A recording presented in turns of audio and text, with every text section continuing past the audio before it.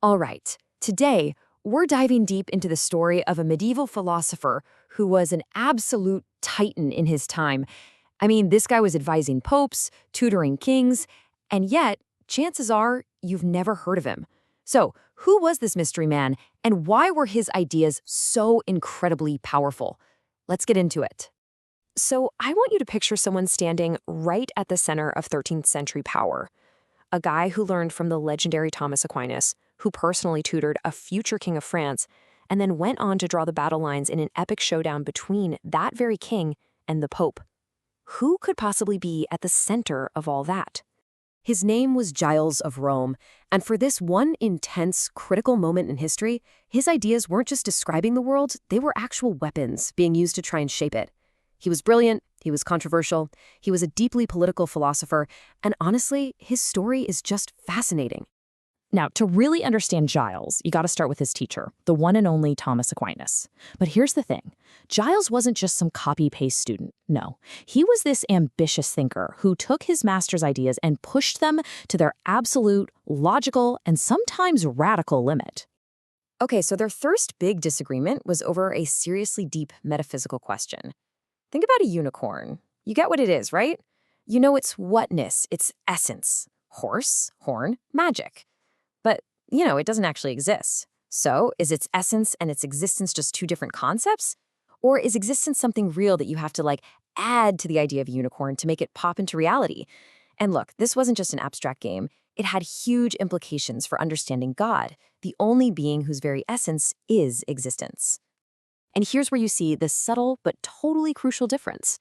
For Aquinas, essence and existence were two distinct principles you could think about. But look at what Giles does. He radicalizes it. He argues that existence is a real thing added, a res addita. It's almost like a physical ingredient you have to mix in to make something real. It might seem like a small detail, but this habit of his, making ideas super stark, absolute, and concrete, that's going to define his entire career. And that career was anything but quiet and academic. See, Giles lived in a world where philosophy wasn't just for a classroom. A single idea could get you condemned, exiled, or promoted to the highest ranks of power. It was high-stakes stuff. I mean, just look at this roller coaster of a career. He starts at the very top, studying with Aquinas in Paris. But then, bam, disaster strikes. In 1277, his bold ideas get him caught up in a major university condemnation, and he has to flee Paris. But Giles, he was a survivor. By 1285, he's back. He recants just enough to get back in the game and actually rises even higher. And by 1295, he's got a powerful new ally, Pope Boniface VIII, who makes him an archbishop.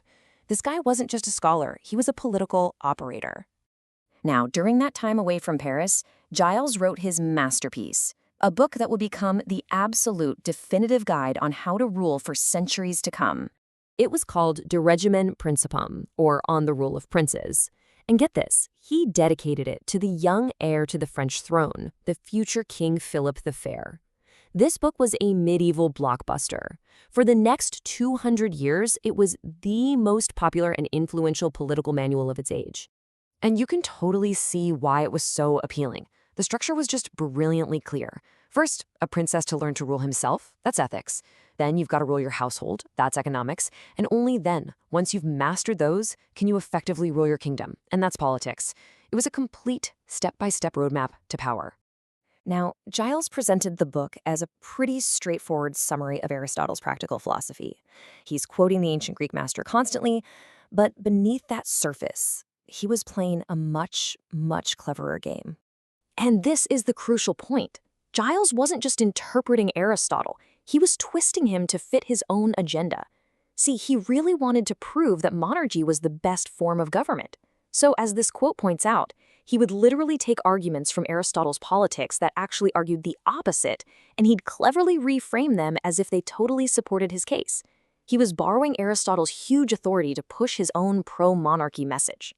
And this skill he had, this ability to bend philosophy to serve power, was about to be put to the ultimate test. It's a move that would lead him to champion a monarch's absolute power, and then turn right around and argue for an even higher power that could take it all away. So the Pope was his patron, Boniface VIII. The king was Philip the Fair, the very same man Giles had dedicated his book on ruling to. So when their epic power struggle finally erupted, Giles didn't hesitate for a second. He sided firmly with the Pope and crafted the most extreme, hardcore argument for papal power the world had ever seen. In his work on ecclesiastical power, he lays it all out in his signature style. Take an idea and push it to its most absolute conclusion. So, step 1, the Pope isn't just a spiritual guide. He's the supreme authority over all of humanity. Step 2, from that, it follows that he is the origin of all legitimate power on earth, both spiritual and worldly. Step 3, this means kings don't really own their power. They're just borrowing the temporal sword because the Pope delegates it to them. And then, the final knockout blow, step 4, any authority, any right to own property that isn't legitimized by the Pope and the Church is basically invalid. It's theft. This was total papal supremacy, argued with relentless, brutal philosophical force.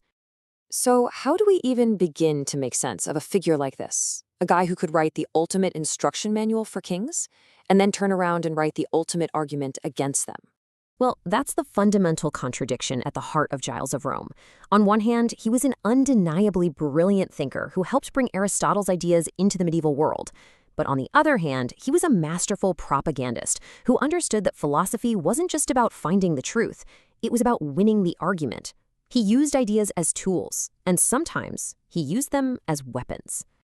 And that leaves us with a question that feels just as urgent today as it was back in the 13th century. When the claims of pure knowledge and reason crash head-on into the demands of raw power, who wins? Who should win? Giles of Rome spent his entire life fighting in that arena, and his story shows us that the answer is never, ever simple.